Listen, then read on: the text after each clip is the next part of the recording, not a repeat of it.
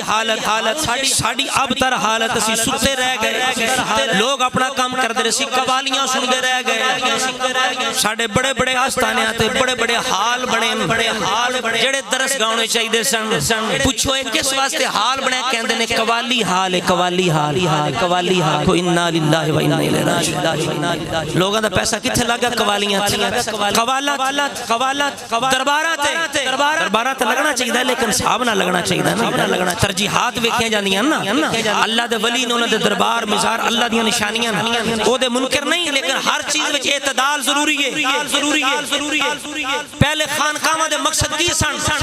علم دین دی اشاعت بندے مسلمان بنن بندے دے پتر بنن بندے مسلمان بنن سنی بنن آج انہاں تو تباہی ہو رہی بندے بے دین بن رہے خارجی بن رہے رافضی بن رہے گستاخ بن رہے کیونکہ درس کہاں نہیں بڑھیاں جڈا بھی جناب پتر جام پہ جڈا جاہل ہے جڈا بے وقوف ہے جو بھی ان سجادہ نشین اون نہیں بننا ہے فرض ہو چکیا ہے اس واسطے ساڑھے نسلہ دی نسلہ تباہ ہو رہی ہیں سادے سنی بولے بالے ستے رہ گئے نہ کہ جی نہیں ساڑھا دادا انہا دا مرید سی ساڑھا پیو انہا دا مرید سی اسی نسلہ تو انہا دے مرید چل دے آ رہے ہیں اور بھئی ادوں تک جب تک وہ صحیح رستے سے رہن اگر توڑا پیر سدھے رستے سے نہیں چلاندہ اپنے پیو دادے دستے ہٹ گیا تو تم ہی پیچھو ہٹ جا اے نہیں بھی وہ دوزوں میں چھاڑ مار دے پیو دادے دا ہو رکیدہ سو دا ہو رہے تو آکھے نہیں میں پیچھے مرنا ہے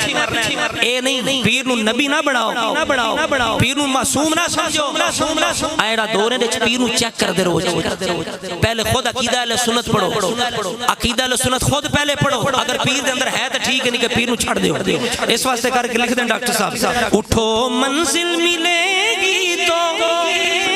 مزے کی نیند سو لیں گے اٹھو منزل ملے گی تو مزے کی کرو اب کام تھوڑا سا روزانہ اہل سنت کا کرو اب کام تھوڑا سا روزانہ اہل تو حضرات اکرامی بڑی بات